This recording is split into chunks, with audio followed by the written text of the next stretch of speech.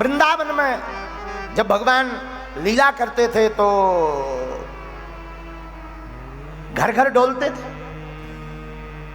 ब्रजांगनाएं भगवान के अधीनस्थ थी और सारे संसार उनके अधीन है।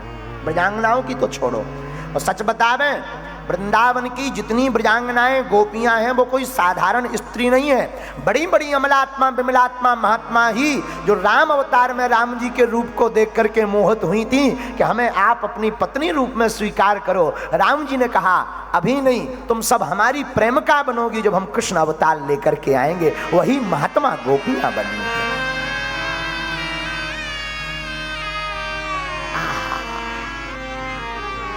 ब्रज में एक गोपी का नया नया विवाह हुआ, वो आई, उसके सास ससुर और ननंद बड़ी ढीठ थी। जब भगवान की लीला की बात, तो उस गोपी की सास ने उस नई गोपी से कहा सुन, तू आए तो गई पर एक बात मुरी कान खोल के सुन लो।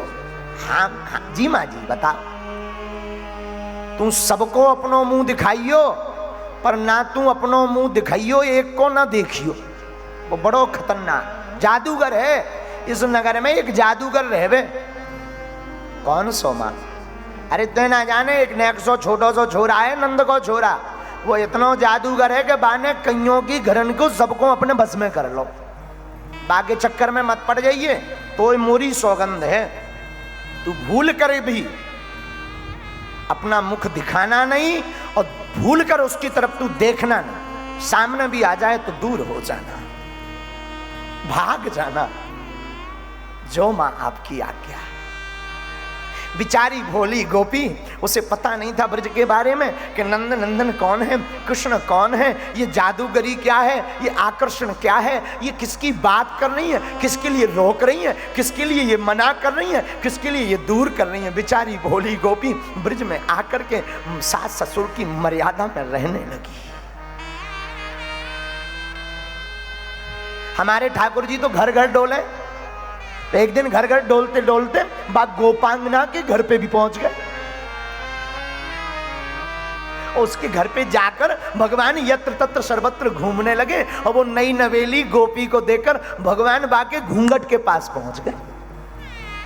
तो ननंद ने धक्का देकर के बताइए, जो मां ने कहा था ना वो नंद को छोड़ा, जो आ गो, अब मुंह ना खोलिए। ननंद की बात मानकर गोपी ने अपने घूंघट को जोरते पकड़ लिया। अब ये गिरेगा ही नहीं। ठाकुर जी बार बार घूंघट को उठाने की कोशिश करवे, नीचे ते झाके, हरी गोपी तू कैसी दिखबे, जरा मुंह तो दिखाई दे, मुखड़ो तो दिखाई दे, का है गो तू को, नाराज है का?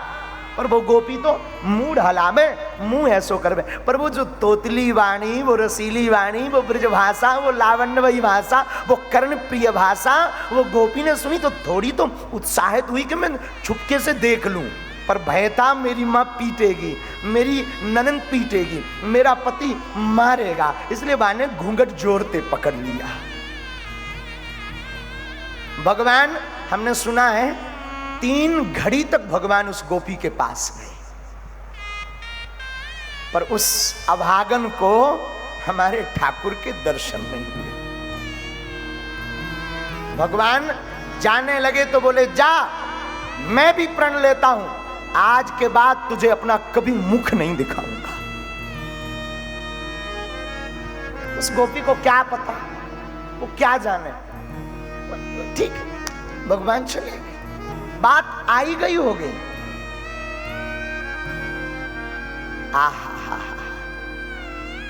गोवर्धन लीला हुई, इंद्र ने बारिश की तो सारे ब्रजवासी अपना घर का छोटा मोटा सामान लेकर के सब गोपियां गोवर्धन पर्वत की तलहटी में प्राण बचाने के लिए भागे भागे गए। तो वो गोपी, वो गोपांगना जिसने अपना मुख नहीं दिखाया था, जिसने ठाकुर को अपना मुंह नहीं दिखाया, घूंघट को पकड़ लिया था, वो गोपी भी उस गोवर्धन पर्वत के नीचे आई जहां भगवान गिरधारी बने थे। बीच में अंगुली लगाए हुए भगवान गिरवरधारी बने।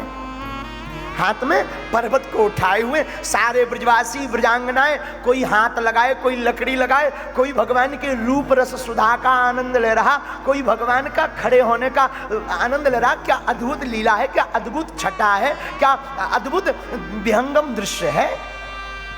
सब देखे जा रहे हैं, सब देखे जा रहे हैं। कोई भगवान के नेत्रों की चपलता देख रहा, कोई ठाकर के होठों की ललामता को देख रहा, कोई भगवान के श्वेत श्वेत दंतावली मोती की भांति चमक पड़ने वाली दंतावली की लावण्यता को देख रहा, कोई भगवान के मोटे मोटे कारे कारे कजरारे कजरारे आंखों की तरफ देख रहा, कोई आंखों में समाया जा रहा। किसी की आंखें अगर एक बार टिक गई तो वो हट नहीं रही। भगवान का ऐसा दिव्य मनोहर रूप, वो गोपी भी आई। आई। उस गोपी ने को किसी ने धक्का दिया तो धोखे से उसका मुंह का घूंघट उठा और धोखे से उसकी नजर कन्हैया के ऊपर पड़ गई। धोखे से, जानबूझकर नहीं, धोखे से हमारे ठाकुर के ऊपर, हमारे कान्हा के ऊपर नजर पड़ी और जैसे ही नजर पड़ी अबाक रह गई। हो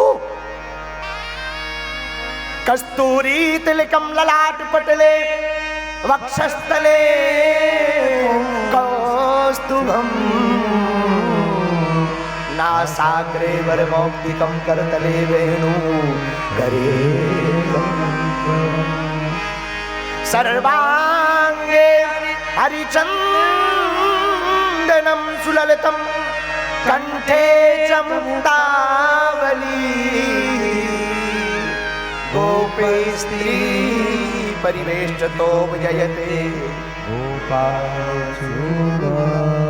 आहा, अबाक रह गई।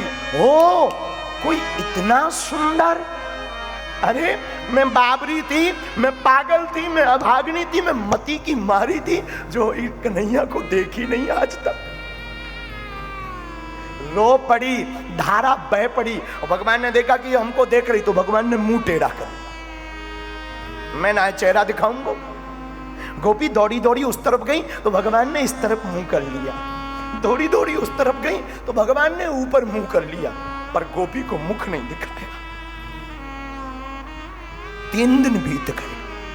गोपी दिन रात अब अपनी ननंद की, अपनी सास की परवाह बिना किए ठाकुर के मुख को देखने की तरफ ललायत है। बार बार रो रही, क्षमा मांग रही है। कन्हैया, हे मधुसूदन, हे नंदनंदन, हमारी भूल को क्षमा कर।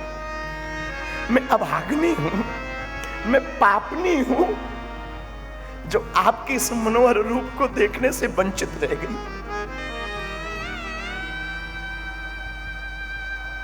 भगवान नहीं बोले कुछ। हमने सुना 7 दिन तक वो गोपी, जब तक भगवान गोवर्धन पर्वत को धारण किए रहे तब तक रोती रही। जब पूरी रात दिन रोते रोते गुजर गया, भगवान ने सोचा बहुत हो गया, तो भगवान बोले सुन गोपी, तूने अपना घूंघट नहीं दिखाया था, मैंने प्रण लिया था, मैं तुझे अपना मुंह नहीं दिखाऊंगा, पर सुन, तुझे ज्यादा ललक है ना, ज्यादा भाव है, तो तू चिंता मत कर। अभी तो नहीं, तूने रोया बहुत, माफी बहुत मांगी, मैंने माफ किया गोपी, पर तुम कलयुग में फिर से अवतार लेगी, फिर मेरे रूप को देखेगी, फिर मैं दिखाऊंगी। वही गोपी कलयुग में मीरा बनकर के प्रकट हुई है। वो गोपी मीरा बनकर के, तब तो आप मीरा के पदों को पढ़ना, मीरा के पदों में विरह भरा पड़ा है।